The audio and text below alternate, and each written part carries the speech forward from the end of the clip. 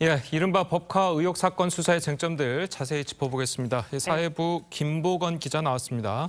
자, 김 기자, 일단 김혜경 씨가 이 경찰 조사까지 받게 된 과정 정리를 좀 해주시죠. 네, 먼저 이 사건이 어떻게 세상에 알려지게 됐는지 그것부터 좀 살펴볼 필요가 있겠습니다. 많은 분들 기억하시겠습니다만 20대 대통령 선거를 앞둔 지난 1월에 지금은 공익제보자로 인정받은 이 전직 경기도청 7급 공무원 A씨가 폭로를 합니다. 이재명 의원과 김혜경 씨 집으로 음식을 사다 나르면서 이 경기도의 법인카드를 사용했고 또 김혜경 씨가 복용할 약을 다른 사람 명의로 대리 처방받았다 이런 주장이 대표적입니다.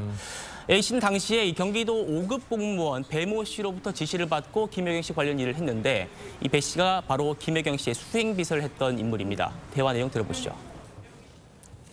오늘 13만 원이 넘거든요. 그러니까 오늘 거 12만 원 하나 긁어오고요. 지난번 거하고 오늘 나머지 거하고 합쳐갖고 하나로 긁어오세요. 무슨 말인지 알죠? 네, 12만 원에 가시면 되는 거죠, 양쪽으로. 네, 12만 원 안쪽으로 2장으로. 네, 일단 김혜경 씨의 측근 배모 씨에게 이르면 오늘 경경에서 국고손실 혐의로 구속영장이 청구될 것이다. 이런 보도들도 나오고 있는데 김혜경 씨에게도 이런 비슷한 혐의들이 적용된 거죠. 네, 일단 김혜경 씨를 고발한 국민의힘은요. 김 씨가 이 국고손실죄, 또 의료법 위반죄, 또 직권남용죄, 또 허위공문서 작성 및 행사죄 등의 혐의가 있다 이렇게 주장을 하고 있습니다. 좀 더 자세히 들여다보면요. 먼저 이 초밥과 소고기, 또 백숙 같은 각종 음식들을 경기도의 법인카드로 결제하도록 지시했다. 그래서 공금을 횡령했던 거고요. 두 번째가 이제 본인만 처방을 받을 수 있는 의약품을 이 공무원이 대신 처방받았다. 이른바 의료법 위반 혐의입니다. 여기다가 불법적인 공금 유형을 다른 명목으로 사용한 것처럼 기재를 해서 허위 공문서 작성 및 행사죄를 저질렀다. 또 불법 의전을 하면서 7급 공무원을 동원했다. 이거는 직권남용이다. 이런 의혹을 김 씨는 받고 있습니다. 남편인 이재명 의원도 그렇고 김혜경 씨 같은 경우에도 어제 이제 경찰 조사에서 혐의를 계속 부인한 거죠? 그렇습니다. 김 씨 측은 줄곧 법인카드 사용을 지시한 적도 없고 또 법인카드가 부당하게 사용된 사실 자체도 전혀 알지 못했다 이렇게 주장을 해왔습니다. 이재명 의원은 김혜경 씨 조사가 끝난 뒤인 어젯밤 9시 20분쯤에 자신의 SNS에 글을 올렸는데요. 보시면 이 아내가 공무원에게 사적 도움을 받은 점은 인정은 합니다만 국민들에게 그렇게 재차 사과했습니다. 하지만 이 김혜경 씨는 법인카드를 쓴 적도 없고 또 배 씨가 지불한 돈도 모두 삽인 줄 알았다. 그리고 음식값은 모두 다시 갚았다. 이렇게 주장을 했습니다. 네, 올해 초로 다시 거슬러 올라가 보면 A씨, 그러니까 7급 공무원 A씨의 폭로 이후에 한 12일 만에 김혜경 씨가 사과를 하면서 그때도 일단은 혐의에 대해서는 인정을 하지는 않았거든요. 맞습니까? 그렇습니다. 인정은 하지 않았습니다. 일단 들어보실까요? 공직자의 배우자로서 공과 사의 구분을 분명히 해야 했는데 제가 많이 부족했습니다.